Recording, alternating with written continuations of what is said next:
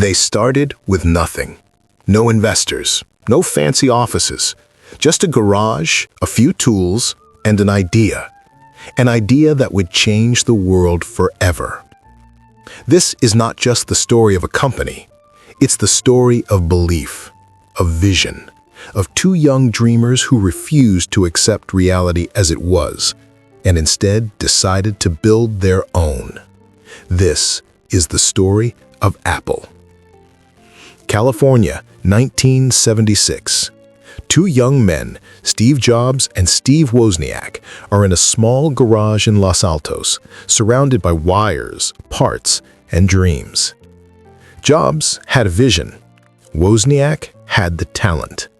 Together, they wanted to make computers simple, beautiful, and personal, something anyone could use. Their first creation was the Apple I, built with passion, not money. It wasn't perfect, but it was revolutionary, because for the first time, a computer didn't belong to a company. It belonged to a person. They called it Apple, a name simple, human, and unexpected. Soon, the Apple II arrived, colorful, fast, and ready to conquer the world. It changed everything. Apple wasn't just another company anymore. It was a symbol of innovation. By 1980, Apple went public. And in just a few years, two young dreamers became millionaires. But Jobs didn't care about the money. He cared about the mission. He wanted Apple to stand for something deeper: creativity, simplicity, and power. In 1984, the Macintosh was born, a computer that smiled when it turned on. It said to the world, technology can be friendly. Technology can be human.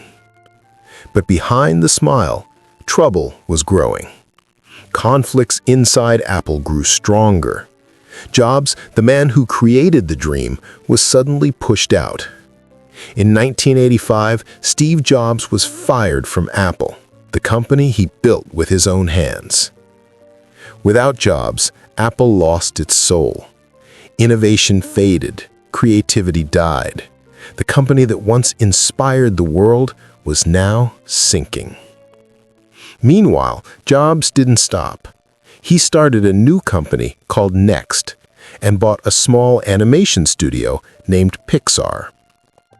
Pixar changed cinema forever.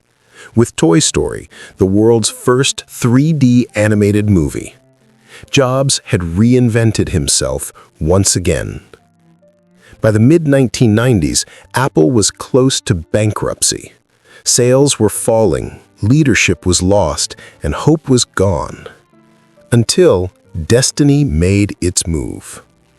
In 1997, Apple brought Steve Jobs back. When Jobs returned, Apple changed forever. He simplified everything.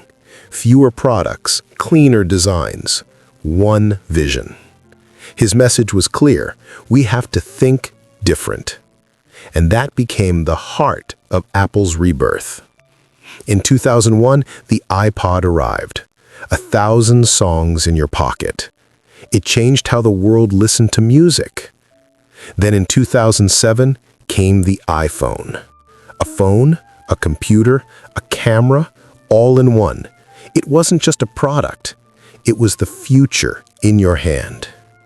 Then came the iPad, Apple Watch, AirPods, each one redefining how humans connect with technology. Apple was no longer a company. It was a culture. Steve Jobs passed away in 2011. But his vision didn't die.